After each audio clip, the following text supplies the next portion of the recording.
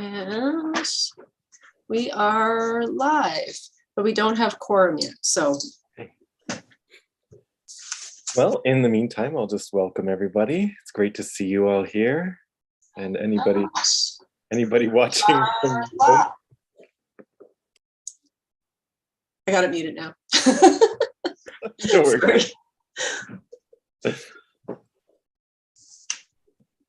Virginia, it looks like you're back in City Hall. I am. It looks so nice. And I can see water outside, so that's nice. Not as much ice.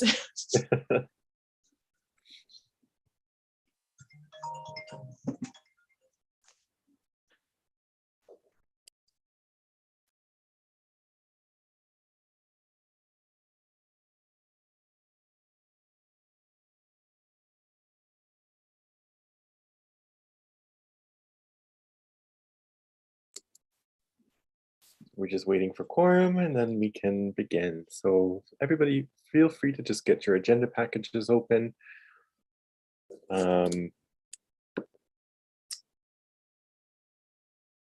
We'll have an update on the cultural policy and public art policy, an update on the public art master plan discussion, and then some discussion about process and evaluations for the Arts and Cultural Assistance Program in the lead up to the next round of submissions.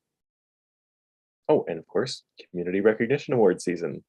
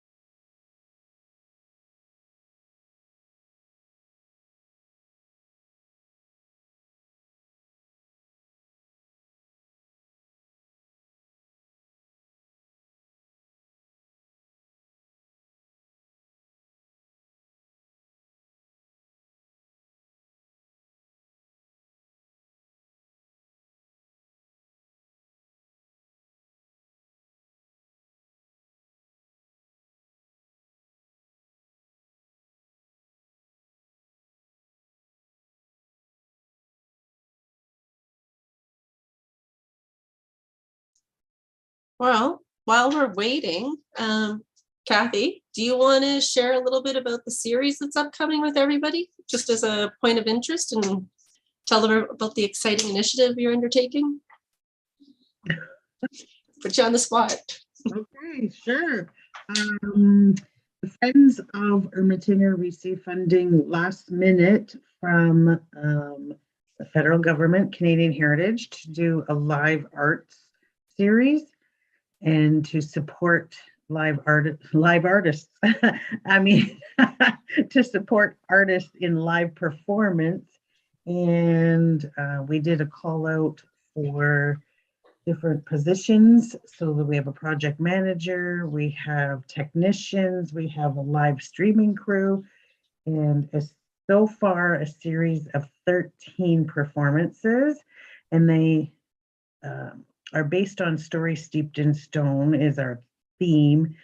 So it really means they have to be stories creatively adapted about Sault Ste. Marie and Algoma and original works of art. So some are musicians, some are dancers, some are dramatic and theater. We have Indigenous presentations. So it's going to be sort of 1 or 2 a month from now until October. Kickoff is March 25th with Peter White and Joel Surratt. So it's exciting. And the week after, if you want me to continue, is Sister Act live at the theater. That's awesome. Thanks, Kathy. Do we have quorum at this moment?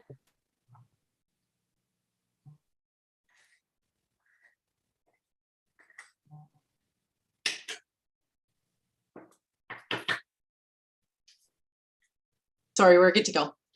Oh, We have a great. quorum now. Okay, wonderful. All right, so let's call the meeting to order at 4:37. Looking at the agenda that was sent to you earlier this week, briefly take a look over the agenda and also the attached minutes. Do I have a mover for the adoption of the minutes? Moved by Larry, seconded by Donna. All those in favor, please remain silent. Anybody opposed, please open your mic or indicate so in the chat.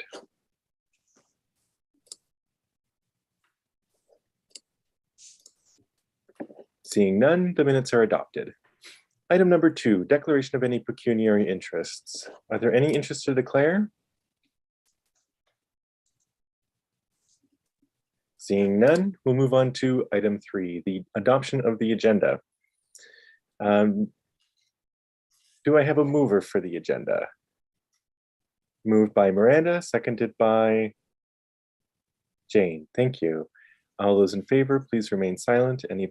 Sorry, is there any discussion on the agenda? Any new business to add or anything of that nature? No? Okay. All those in favor, please remain silent. Anybody abstaining or opposed, please open your mic to express your intent or indicate so in the chat.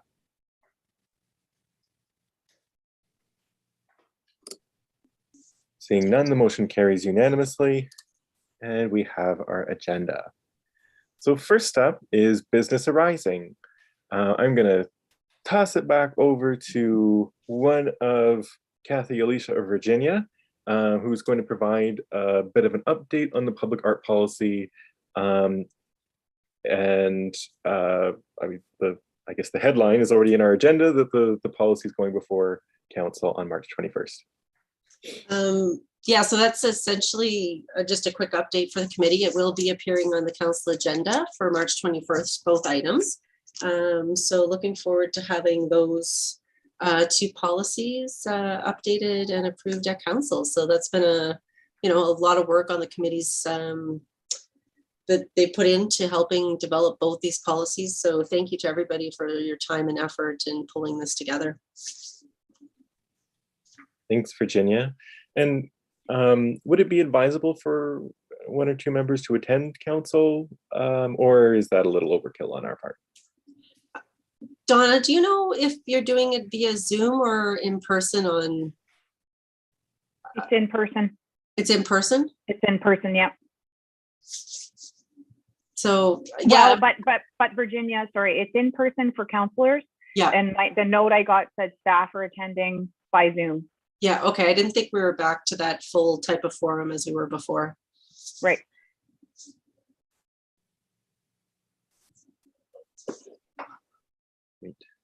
Okay. Is there any questions from committee members? Donna? Shauna, I'll make a point of speaking to it. I assume it's in consent, Virginia? As far as I know, it is. I haven't seen the agenda package yet. Yeah, me neither. Okay. Okay. Right, so probably a little overkill for us to make a point of showing up. Oh, no, that would be great, but it's not as, easy to facilitate in this particular way. I don't know that it means so, and Virginia or Alicia could check on this. I don't know that it means that there's no visitors allowed in the council chambers. I'm not sure, because just being there and showing support, that's great to see. But if that's not possible under the circumstances, then just know that I will make sure I bring it up and just speak to it in a positive way.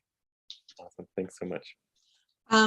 I will reach out to our clerk's department just to ask what the protocol is at this time. Wonderful. Thank you very much. So the next item on the agenda is the Public Art Master Plan. And I turn it over to whoever would like to pick it up. I can help with that, and then Alicia can jump in as well. So since our last meeting, we did start to pull some additional plans. I pulled up Kingston's and started to take a read through it.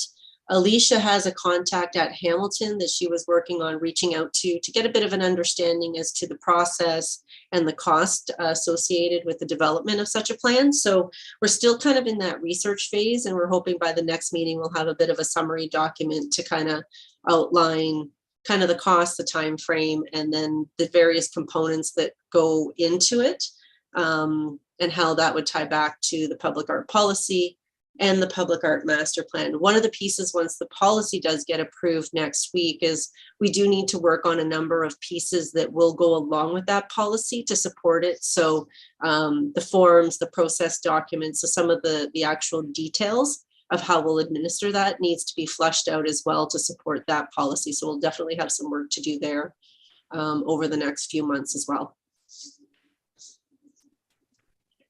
If I may, Sean, Virginia or Alicia, is there, as you're going through and collecting, the basic information and getting feedback from other people who've already done this, are we asking about or looking for potential sources of funding that could help either 100% support or help to support us being able to do this so we don't get waylaid in money trouble?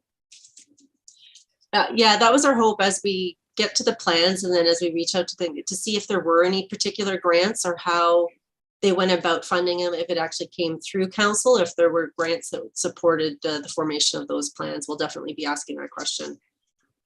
Okay, great. Thank you. Thanks, Donna and Virginia. Any other questions or comments? I see none.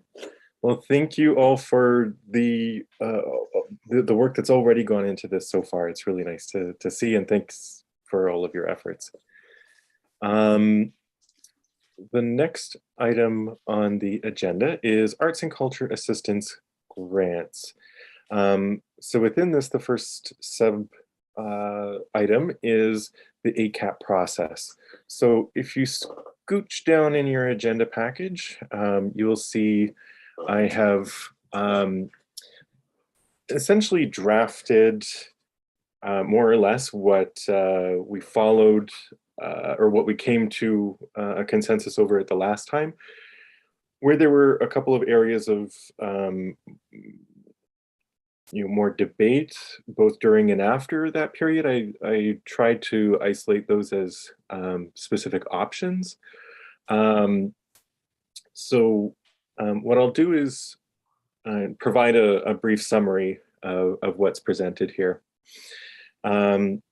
So essentially, this first section just addresses the expectation of the review process, that anybody who wants to participate, any committee member who wants to participate in the review process should review the applications prior to the meeting. When it comes to scoring, and again, all of this is up for discussion, whether it is listed as an option A or B or just as plain text. But when it comes to scoring, there's two different approaches that I've noted here.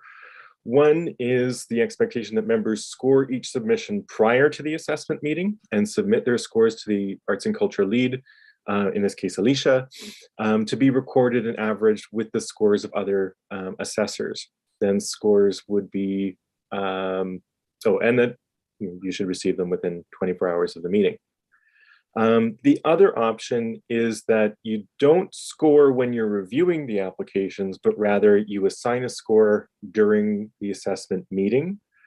And then that's collected after each application is discussed.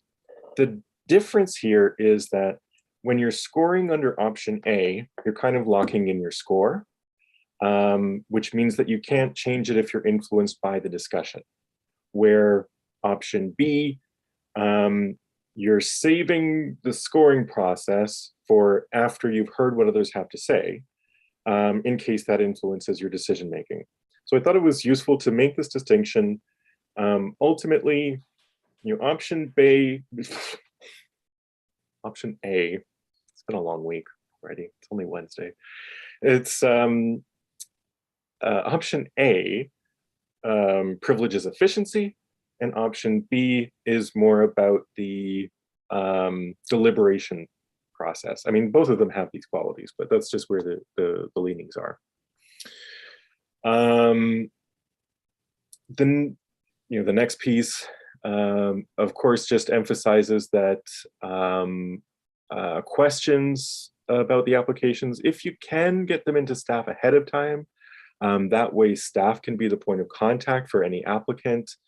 I don't think that we want to get into a situation where members themselves are reaching out to applicants, because that gets very messy and causes all sorts of issues of fairness. Of course, questions will come up during the discussion. Staff are there to help guide and find any answers to those if we can. In terms of the process, we do know that we have to have these meetings in open session. One thing that just occurred to me. So these meetings happen in open session. And when it comes to that question of scoring, you might be thinking, oh, if we go with option A or B, are our scores secret, or whatever nicer word than secret you might want to apply. And the answer is no, because even if you submit them ahead of time, any communication that you have with city staff are potentially subject to an access to information request. So you should generally be aware of that. Just for your notice, but also in terms of the scoring of applications. And so essentially the other part of this is that the discussion of the applications, we'd rotate who would lead the process. Whoever starts provides a brief summary of the application and then shares whatever comments. And then anybody with additional comments to share, it goes in successive order after that. The next component is scoring thresholds.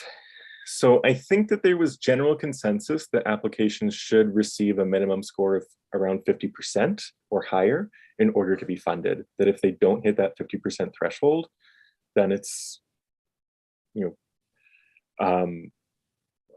it's just not at the caliber where it should be funded by the program.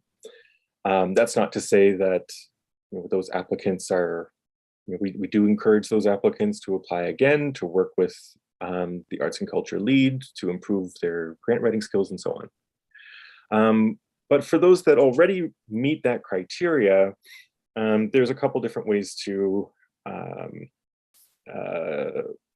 go about it. So one is either flexible thresholds, where we essentially set the threshold at the beginning of the meeting when we know how much money is to be dispersed, how much money is being requested, and how many applications there are. And then the other is a fixed threshold. So essentially, we can change these numbers, but I said, just as a starting point for discussion, I offered applications receiving a score higher than 80% will be recommended for full funding. Anything between 60 and just under that 80% will be recommended for funding of at least 3/4 of their request, but that the priority would basically go from the top to the bottom rank until all of the money was dispersed for any qualifying application. Again, the difference here being that option A, you would do something similar, but you might set the threshold a little bit differently depending on how many applications and so on.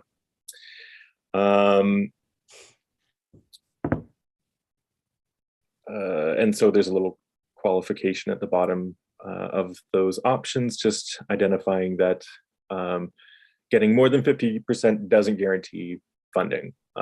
It just there is still likely a potentiality that funding will not be recommended. Then there's just a note, this isn't really something that was covered in the process, it's more a reiteration of something that was previously established, but just that the previous practice was that 75% of the funding is generally earmarked for the fall intake, where the remaining 25% is for the winter, and any funds remaining from the fall intake can be transferred to the winter. Now, I don't know, I just wanted to raise this as a question. I don't know if you can carry forward funds from the winter to the next fall, because that's a different fiscal year, if I'm correct. So that's something to bear in mind. Also, I noted applications. This isn't something that we necessarily have decided, so it's important to discuss here, is applications that were received in the fall intake for activities that will not commence until after the results for that next winter intake. If, with permission of the applicant, if they're not funded, they can be carried forward into the winter intake for reconsideration at that time. And then just a note on recusal. Our existing program guidelines already talk about conflict of interest, but I also wanted to put it out here that members are not necessarily obligated to participate in the assessment of these grants. There may be a variety of reasons that somebody may wish to recuse themselves. So this essentially just makes that explicit. So, well, if it's the committee's will. So I'd like to open the floor for discussion. If there are any preferences for, please consider, especially where there are options, which one you would prefer, and please give voice to those preferences. And also, if there are other notes about the process that's been articulated here, remember, it is all up for discussion. This is just a description of what we did last time for the most part. So just because we did it that way doesn't mean it has to be what we set in stone. Well, nothing's set in stone, it's public policy. Except at the old stone house. Yeah, yeah.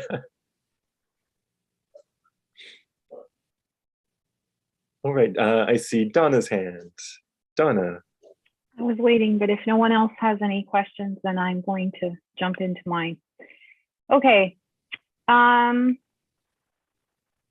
the scoring item, I'm wondering if they're just thinking about the last conversation that we had. I'm wondering if there's an option C, just for efficiency. And option C would be that everybody scores each submission prior to the meeting so that the scores can be tallied, but that you can reserve your right to change your score following discussion. And that way it might, just from an efficiency perspective, that may be useful. And I'm not sure if we want to do these points all together, like if anybody else has comments about this, we do this all at the same time, or do you want me to keep going? It may be most efficient if we go through them point by point, if you're amenable to that. Absolutely, yeah. Okay, so Larry, and then I saw Miranda. I read it as applause, but I don't know if you wanted to get on the speakers list. Larry. I like Donna's suggestion. I was going to raise it myself. The reason to score it beforehand is so it's a fairly complicated scoring system, and keeping all that in your head and applying it consistently, you should really do it at the same time. A little adjustments at the end, and when we all get together, maybe you didn't understand something in an application or what have you. But I think there's a lot of good reason for doing it in advance and sending it in first. Thanks, Larry. Any other thoughts on the scoring? Is there general consensus that option C is the best way to go? Okay, sounds good. Let's okay, well, let's leave it there and then we'll vote on it at the end. So option C. Donna, you had other points that you wanted to raise. Yep. Thank you. So the other comment about number 3, this is just, and certainly somebody like Virginia and probably Alicia by now will be familiar with this. Yes, never would a committee member reach out directly to an applicant. It would go through, a designated person. But what we do oftentimes with other questions that we have is, if we ask a question, the response goes to everyone. So that everyone receives the same information. So everyone, as in all the counselors. So if we have a question on an agenda item or a report or whatever it is, oftentimes that's the procedure, and that's just helpful so that everybody, sometimes we don't all think of things, and so we benefit from the oftentimes we don't all think of the same things when we have our questions. So we can all benefit from somebody else's thinking about how to, a question about an application. That was all. I see a lot of heads nodding. And I think, yeah, that sounds pretty common sense. Let's do it. So we'll get it in there. We'll make that change. Response go to all committee members. And I see from Virginia's thumbs up, it was probably what she was planning on doing anyway. Miranda. Just one thing that I would add actually about scoring in section 2. It might just be nice to give the arts and culture lead more than 24 hours notice with scores. Fair enough. Maybe 3 days. Yeah. I see Alicia's head nod. Oh, Virginia, you raised a hand. Yeah. Yeah, if it's possible, just because we'll have to make sure that updated charts shared with the committee and probably part of the agenda package, if there's a summary. So, or else we're bringing it up online. I just need to make sure that it's visible. Awesome. And is 3 days sufficient, or should we be looking at, the week beforehand? I mean, obviously the earlier the better, but in terms of a deadline? I think 3 days is sufficient, Alicia. You can, because we're really summarizing it at that point, and I know it's a lot of information for the committee, so I don't want to condense your timeline. So I think it's a matter of making sure we're also giving you enough time to review everything, because it is intensive. Great. Wonderful. Moving on through items 4 and beyond. Donna, were there other points that you wanted to raise? I think it was on,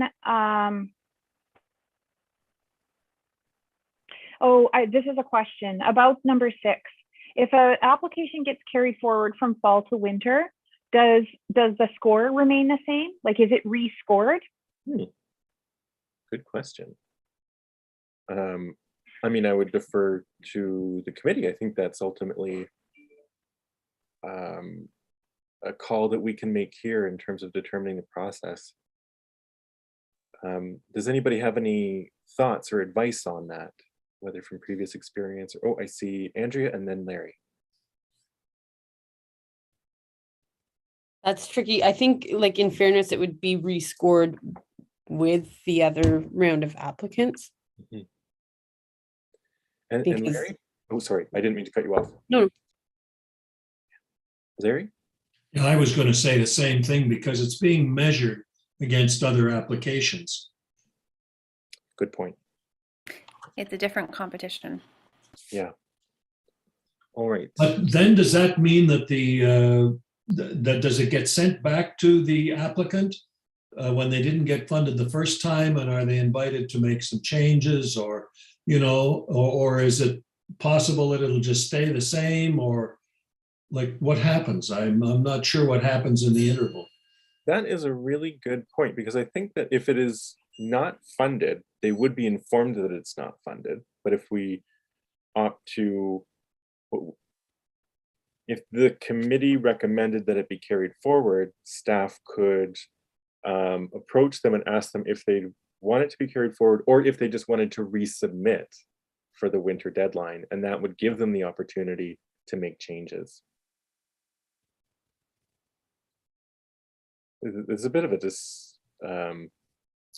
yeah, the carrying forward is, I'm not sure if it's necessarily useful if we can just have them resubmit.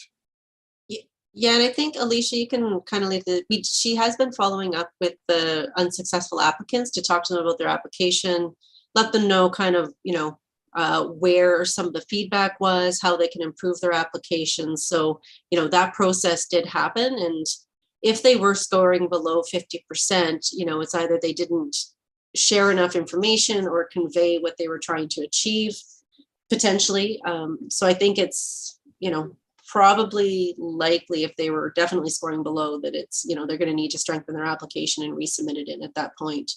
In other cases, they may not be resubmitting their application because their events taking place in a time frame that now doesn't allow them to have access to the funds that they needed because it's happening after the fact, right? So there's a number of factors that go into it. So, there's not a lot that they have to do to tweak to resubmit. So I would suggest they just resubmit at that point if applicable and they want to move forward with it.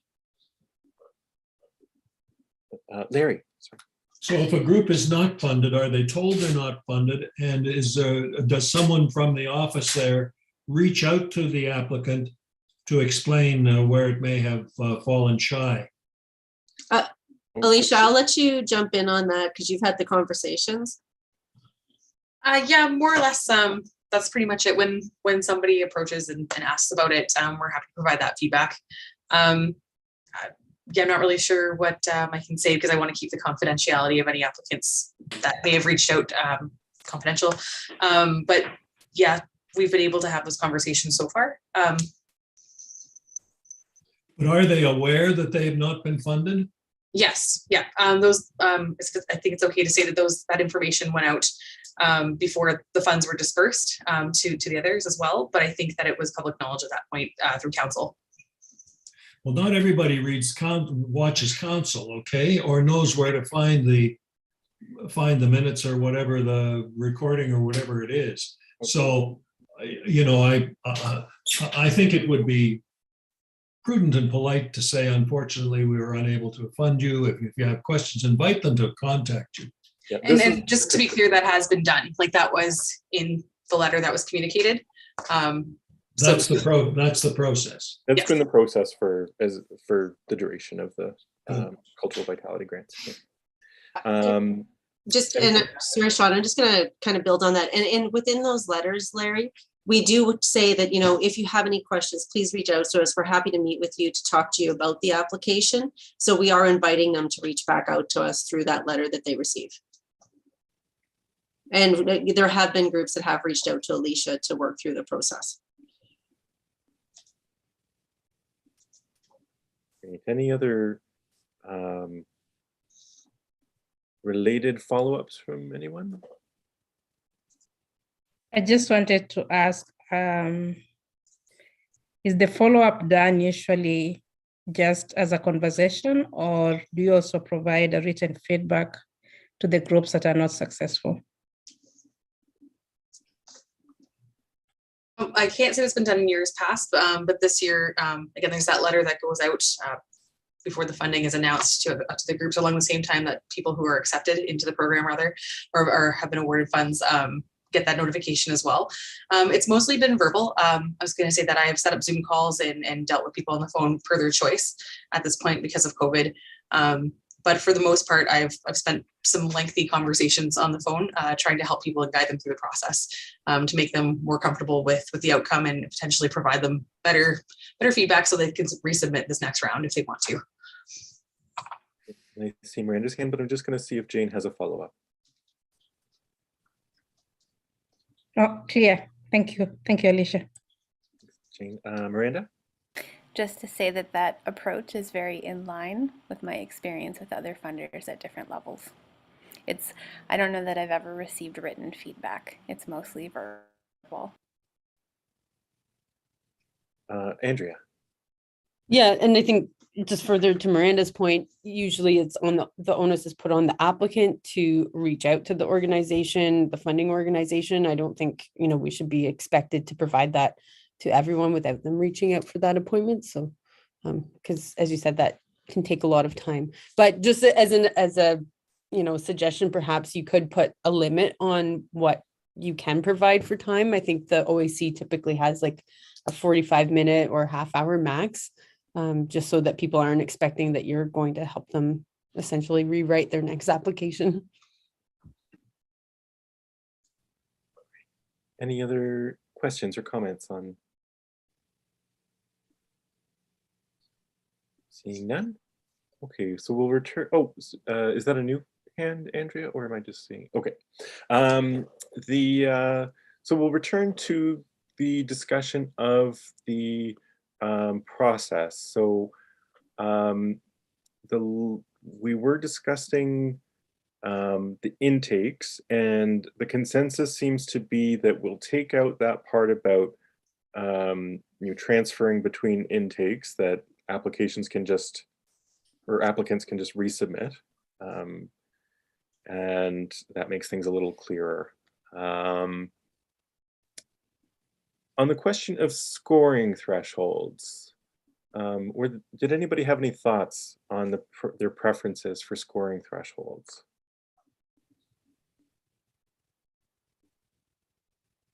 So the options here being essentially to either fix a certain threshold that above a certain pointed percentage of the potential points, that they will be fully funded or funded at a certain percentage and so on, versus setting those thresholds at the beginning of the meeting.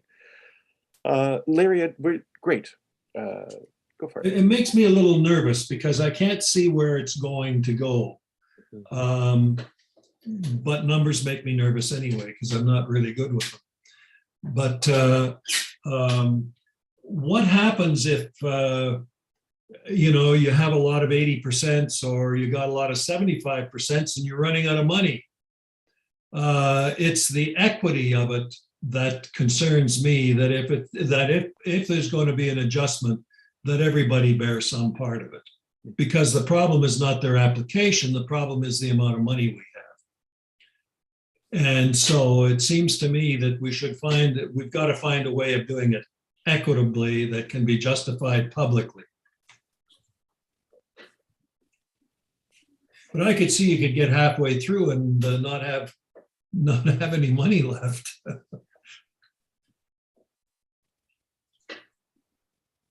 Thanks, Larry. How do others feel about the options?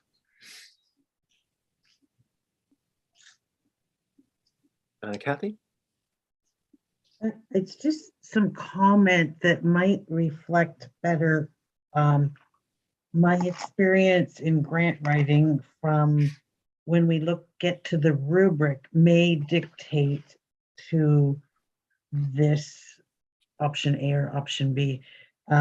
Because sometimes when we're applying for grants that are provincial or federal, you get a weighted formula that they're going to look at your description of your proposal and your project is weighted at, out of the total 50 or 60%, your viability of your organization, your budget, those get 10% or whatever. And if we put something like that into place, it also helps get that better formulation of the math. Besides the rubric is what it's an added layer of how it will be evaluated. And it's just something else for thought. And it's just more information I'm putting out there for the committee to think about. Thanks, Kathy. Any other thoughts or preferences? I'll come back to you in just a moment, Larry. I just want to see if there's anybody who hasn't spoken has an opinion to express. No takers? Larry, take it away. Yeah, I'm sorry, I put my hand up because I thought there were no more speakers. There must be a formula way of doing it. I don't know how to do it, but you know, you go through, you've got your whole list, and we've got X dollars, and there must be a way of making the 75, you know, if somebody's asked for $10,000 and they get 80, they get a score that's going to get them 75%. So they're going to get $7,500. And the next guy may do the same. You go down through the whole thing. There must be a way that the result, the amount that the scoring is going to get them, can be made proportional to the amount, in proportion to everybody else's grant, you know, potential grant, according to their score and the amount of money that's available. Now, I don't know how to do it, but I'm sure it's mathematically very probably simple. I think that's, I'm just seeking some clarification here, because to me, that's what the thresholds do, where you create certain, you know, after, once, where it exceeds a certain point value, right? And maybe it's because it has higher cultural merit, maybe it's because it has stronger, you know, organizational health or whatever, right? There's different factors that are being assessed there. And the idea being that unless we weight those factors differently, they are averaged, and then scores above a certain percentage get a higher proportion of their funding. So the question, I think, is, do we want to fix those thresholds so that it's predictable, or do we want some flexibility so that, just as you said earlier, Larry, you know, when we're faced with less predictable situations, right, where if we have more or fewer applications than normal, or if we have, we may want to distribute the funds in different ways. I see Andrea's hand up. Yeah, I was just going to say kind of the same thing, that if we fix it, it can account for, you know, massive growth in applicants, or sort of changing attitudes of scorers. I know typically the OAC, when they have their juries, they have everybody score ahead, as we're planning to do, and then they don't give the committee, you know, the budget to see where the threshold is going to be until they've, you know, done their scoring without thinking about the money. And I think that really helps keep it impartial. But then that threshold has to get changed depending on the budget and the number of applicants. Like, I think if you set it, we're setting ourselves up for lots of problems, because if people say, well, you know, I scored 80, but there was, you know, 20 other people that scored 80, I think it's just going to cause problems down the road. Well, we're going to be faced with not having enough money. That's going to be probably 95% of our problem. And you know, they may be all good applications, but somehow, you know, it's got to be kept fair as between the various applications.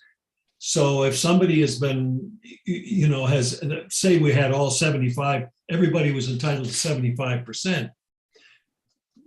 The results of the amount of money are different because the amount they've applied for is different.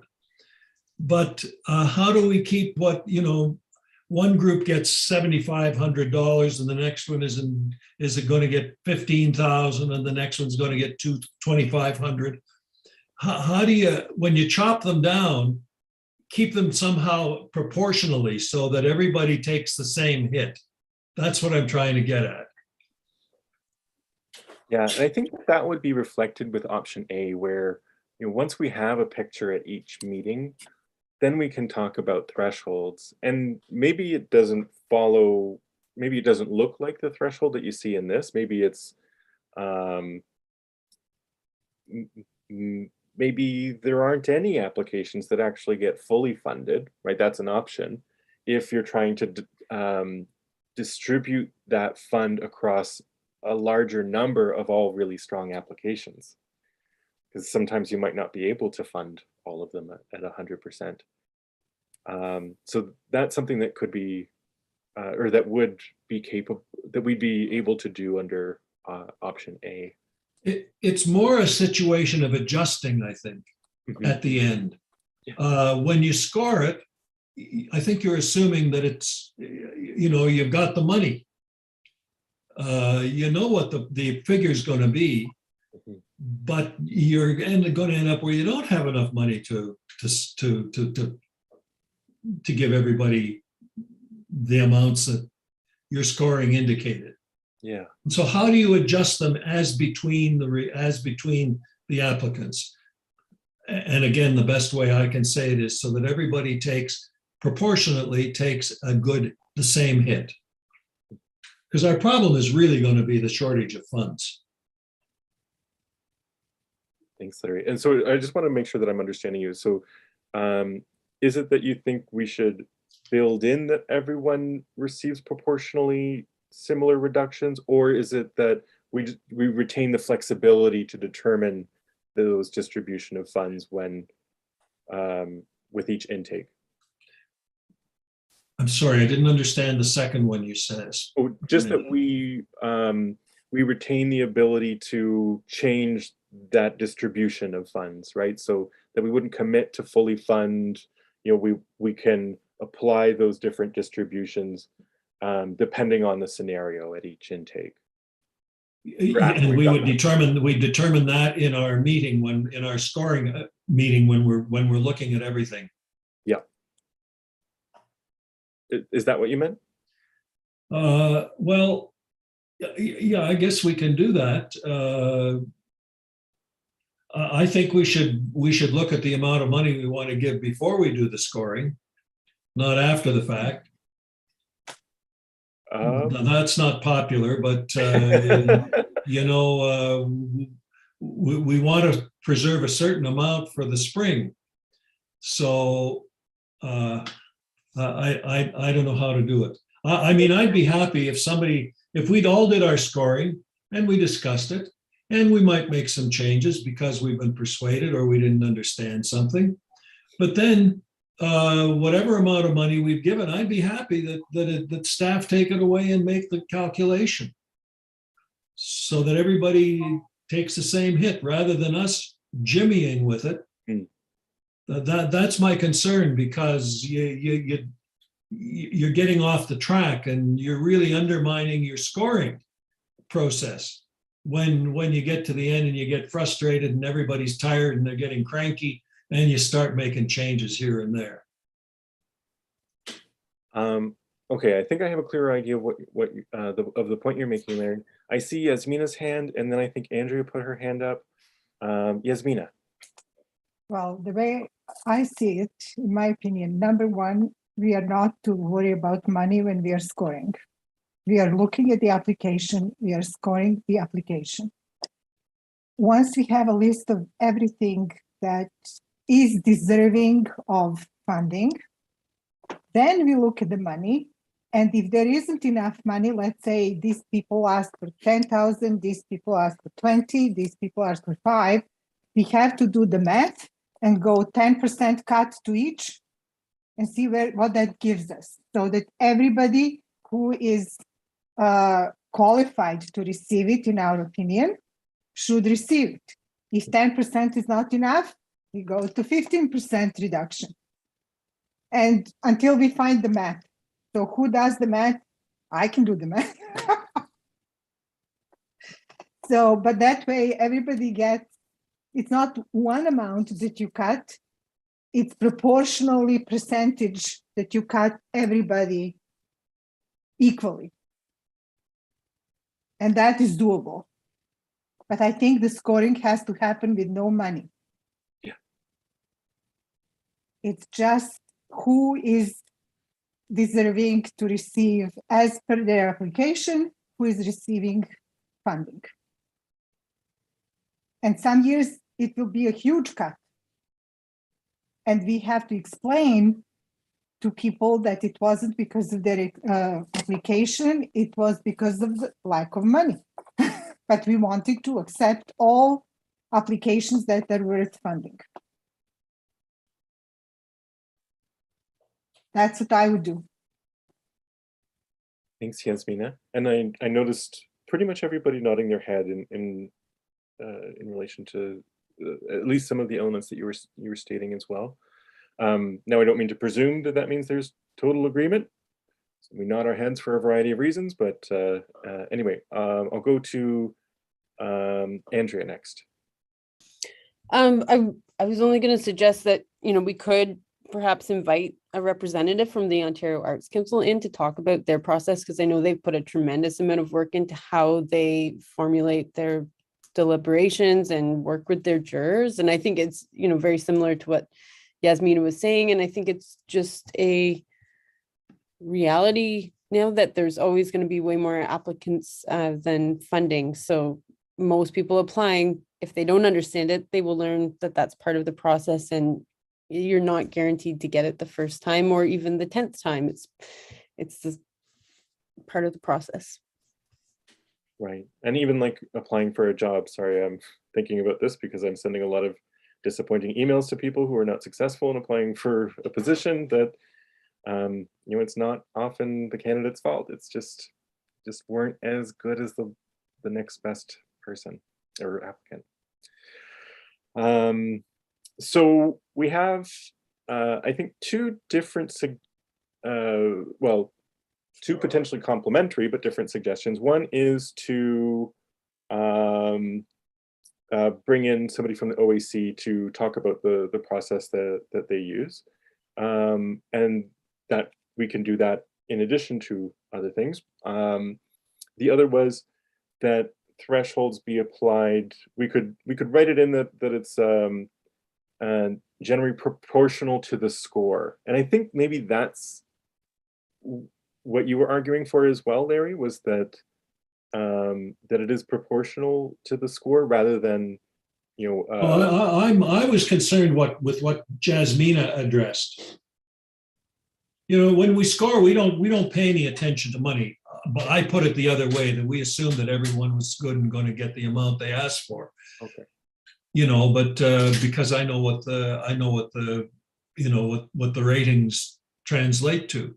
But my concern is more what Jasmina addressed.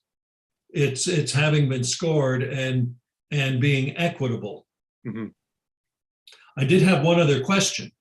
I forget whether we have put a cap on the amount any one applicant can receive.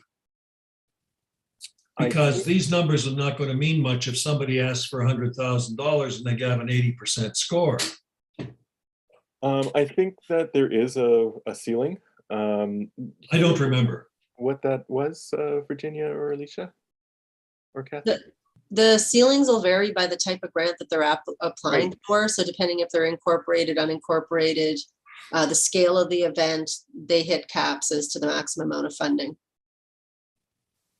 Thanks, Virginia. Andrea. Yeah, I think if anything, if we wanted to make the process more equitable, it would be taking those different types of funding sections that people are applying to and rating each of them separately. It would definitely draw out the process, but that would be the way to make the competition more equitable between applicants.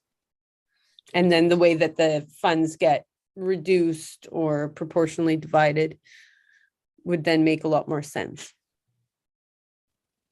Virginia. Just going to say, I think that we could lay that out in the way the applications are received, right? The applications can be grouped by the type, whether it's seed, operating, festival, event, and then the maximums can be identified that this is the maximum amount they could receive based off of that grant. So we could group them in the spreadsheets when they're sent for scoring, so that at least you're doing the first cluster and then move on to the next. Larry. So, Virginia, would there be X dollars available for seed grants, or you just put them together and then we decide,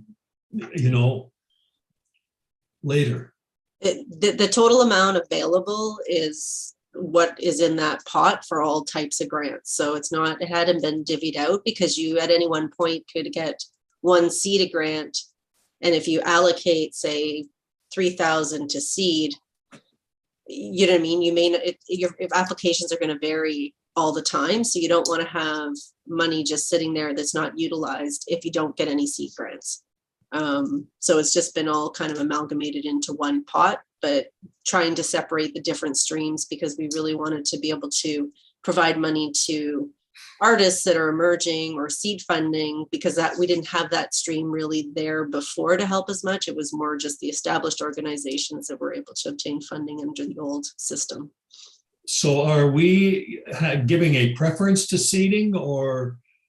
That hasn't been established. No, it's just you want to score them as a group. I'm not sure why we do that, but anyway.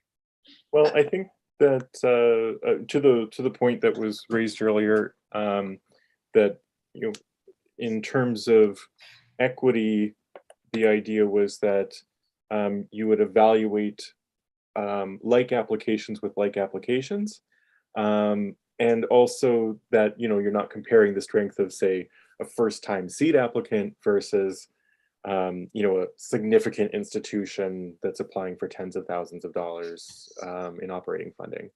I see Donna's hand up. Before I go to Donna, one way that this could be a terrible idea, and I don't mean to derail it. If it's terrible, just say so. But one option we could potentially do is use as a guideline for the funds to be disseminated within those different areas. We could base that proportionally on you know, the proportion of funds that are requested from the larger pot from those particular areas, right? So let's say 20% of the funding requests are seed funding. So we try to earmark 20% of the overall fund to seed projects. Doesn't necessarily mean that every single one's going to get funded. Generally, every single one of any project doesn't get funded. But similarly, if, you know, yeah, anyway, that's, you could do it based on the amount requested, or you could also do it on the proportion of the applications, which either one has its drawbacks. Anyway, mull that over. Donna. I would like to sum all of this up by saying you want flexibility with guidelines. Mm-hmm. That's kind of what I'm hearing, is, you know, thinking about the types of grants, thinking about the quality of the grants, thinking about the number of the grants. You know, you just don't, none of us know, right? No, nobody knows what you're going to get until the deadline date, and you got to know what you have in front of you. So I think, you know, we're looking to be equal. We're looking to fund the multiple different streams. We're looking to promote more applications, and this is a learning process for all of us. And we want to be fair and equitable, but we want to have flexibility, because as we learn, as we go through this more and more times.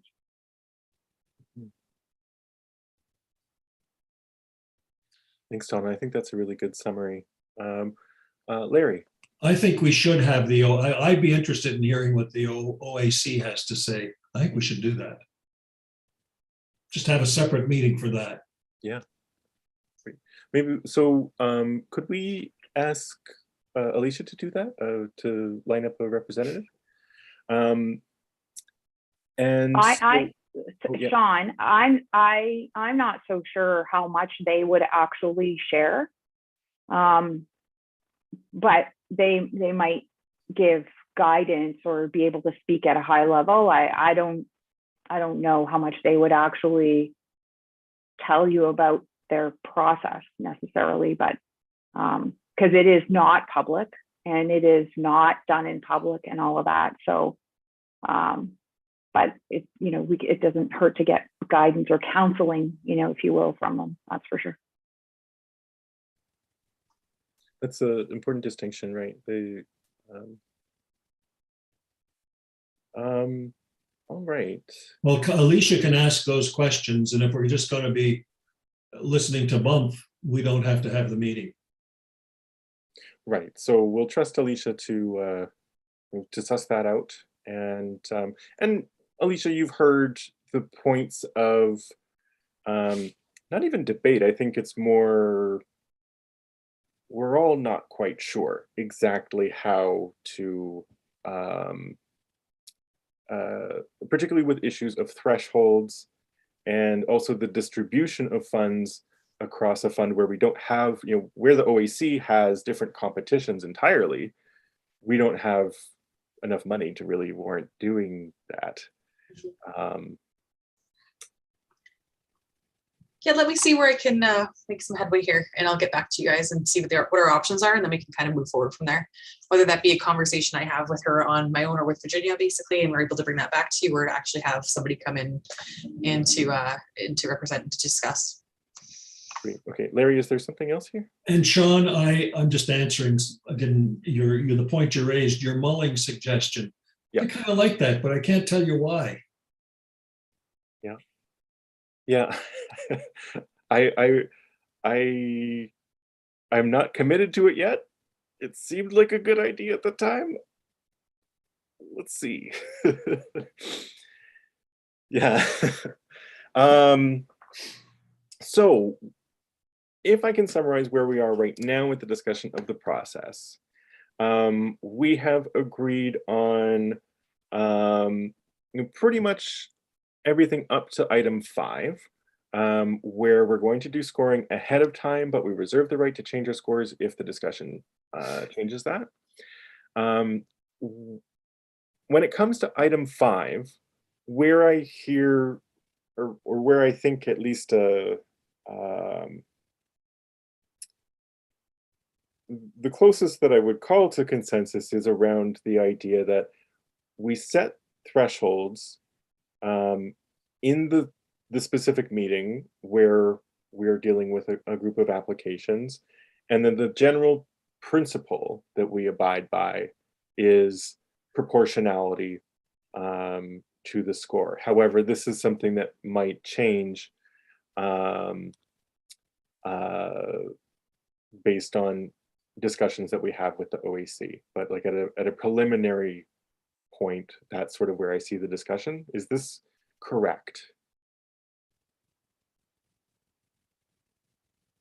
Oh, I see a thumbs up from Donna, Kathy, Larry, Jane, and the others. Don't feel pressured to agree. If I'm off base here, just say so. And we can also just put a pin in this part of it too. We can come back to it. Okay, bye Yasmina. I saw your note in the chat. It's great to see you.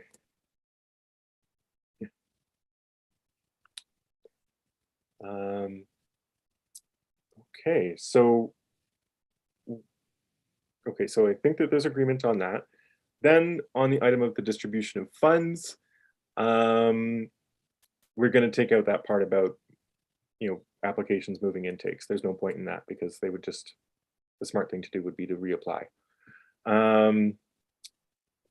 So I think that covers just about everything here. So we have a general principle for item number 5, though we'll revisit it with more information from the OAC. And also a new matter that wasn't included here was in relation to our, how we look at the different categories of funding. And again, there are some options to consider, but we may wait for the advice of the OAC. Donna, is that a new hand? It is. Great, sorry, go ahead. No worries. I just wanted to add one more thing if we were almost finished this. It's with regards to 1 and 7, I believe. Yes, 1 and 7.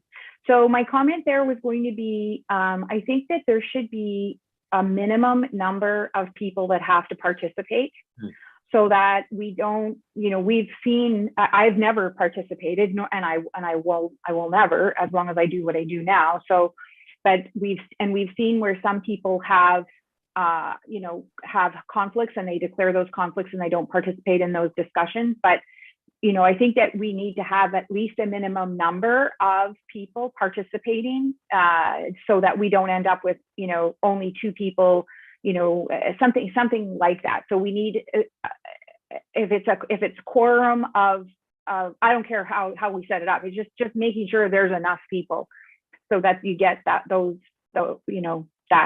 thorough analysis and thorough consideration. That was all I want to say about that. That's a good point. Any thoughts in relation to that? Any agreement, disagreement? Andrea suggests minimum 3 in the chat. I see. I think it's an important point. Yeah. Okay, so I think we have some consensus over a minimum of 3 participants for each application. And I hate to even go here because I know that it just draws out the discussion. However, in the event you have an application from somebody and then you end up with 2, you or only 2 people, I mean, what you can do immediately is try to get on the phones for those folks who couldn't make it that day and see if they can hop on the call. The other is putting that aside until you can get a meeting with that number where you can get those 3 people to be present. I know it's an unlikely scenario, but it's good to think this out ahead of time.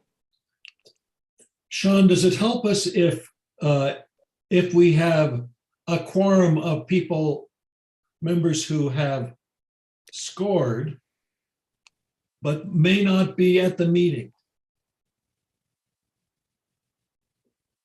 In other words, say we need 3, and you end up with 2 at the meeting, but you have 3 scorers. You have Right. 3 sets of scores.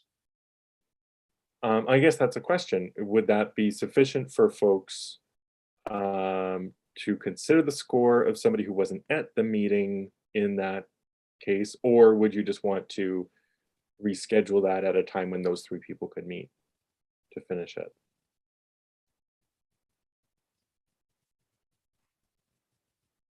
I like the reschedule. I like setting a meeting when everybody can be there to do everything. Period. Yeah. Yeah. Well, and that's the other thing too, is if we're submitting scores ahead of time, Alicia and Virginia will know where we're going to run into an issue, because ideally, if you've scored the applications, you should be aware of which ones you have a conflict of interest over. So we can sorry, I've made this more complicated. It will be a non-issue because we will predict when there will be fewer than 3 people present. Virginia? I was just going to say, if when they're submitting it, if somebody does have a conflict, if we can note it right on that line item, not scored due to conflict, so that we know that conflict's there in advance, as opposed to just not having the score. And it'll just help us from a clarity standpoint to have that noted on the forms when they're returned. That's a good point. All right. Okay, so all great additions.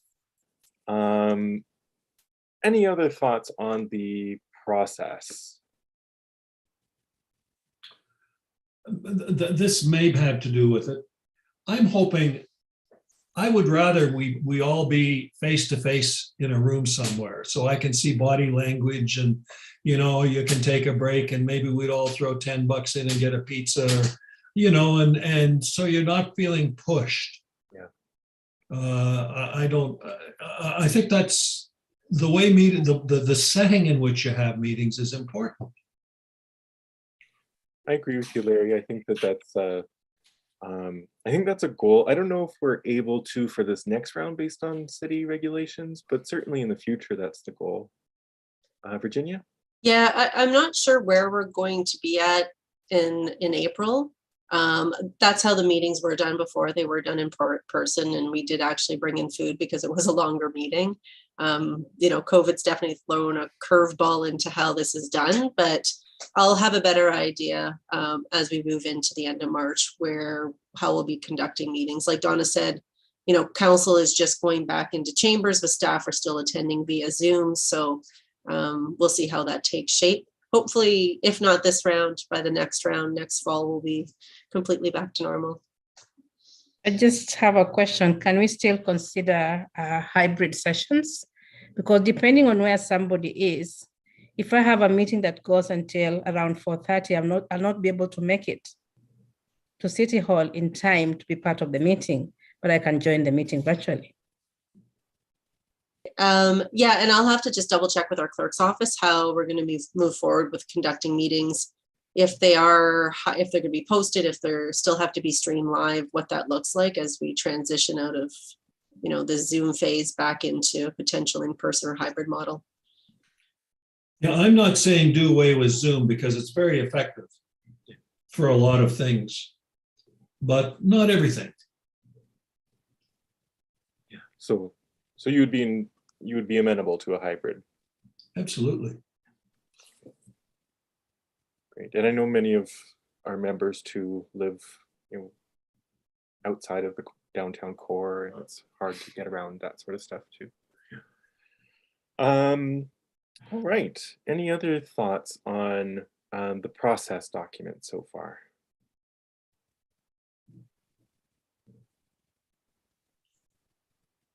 Miranda?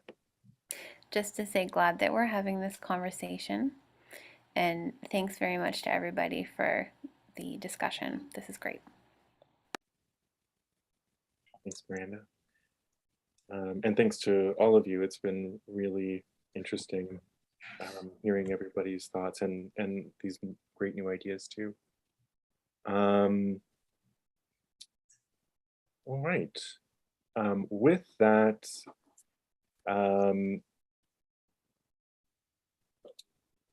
I don't know that what would you recommend, Virginia? Should we move adoption of the proposed process with the notes that it's going to change based on some future input that we have, or is it best to just sort of leave it at a discussion and that we know that the general principles we've agreed to? Virginia? I think maybe what we could do is we can complete the document with all the changes, and then prior to the evaluation process, we can just pass that. That's the process we're going to use moving forward as we evaluate the applications in April. That way we can have a cleaned up document. We can circulate that. Feedback can be sent to us. We can tweak it as needed, and then we'll have a final version for everybody to fully review, if that's okay.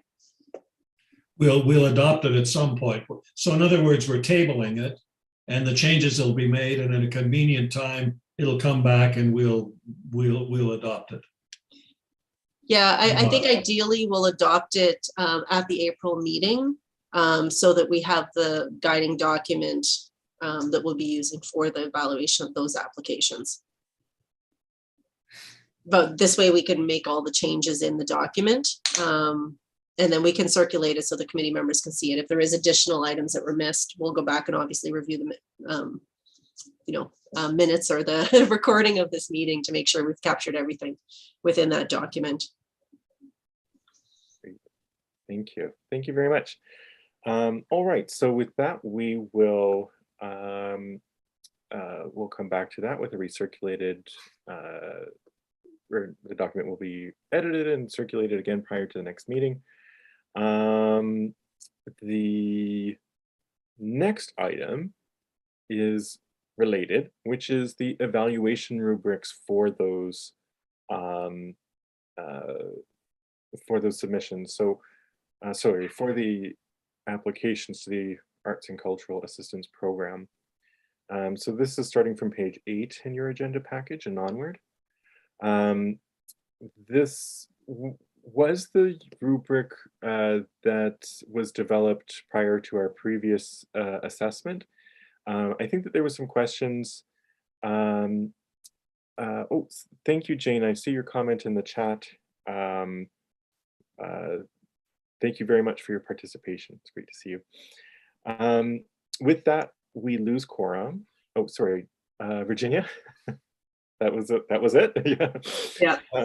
Okay, so just as discussion item, no decision here, just when we were discussing the process, I remember there was also concern about the assessment criteria, that there be clear assessment criteria for the applications that are submitted. I think there was some question as to whether everybody had access to the rubrics before the last round, or if there was just a desire to review the rubrics to make changes. So I don't know if this is, yeah.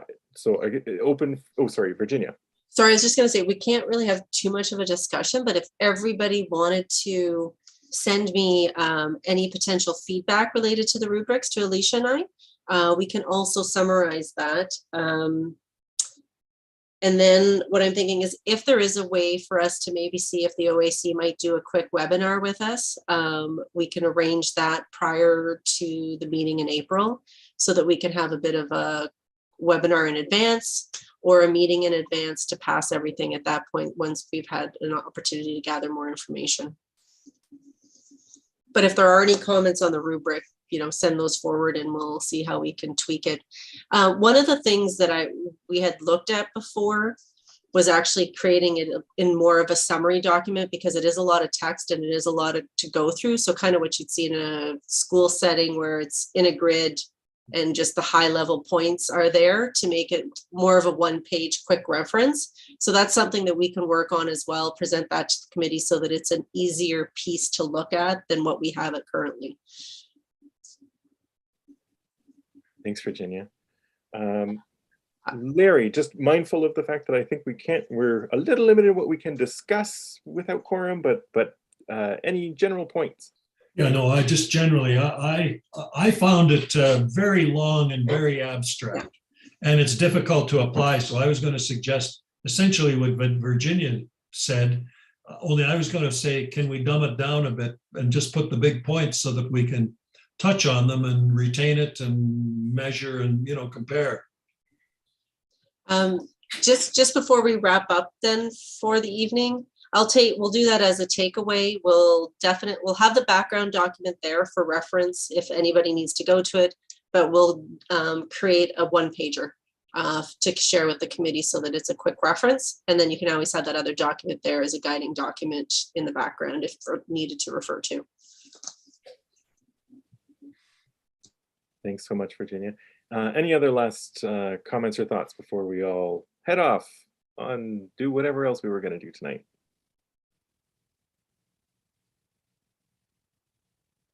Nope. Okie doke. Always a pleasure, folks. Great to see you all.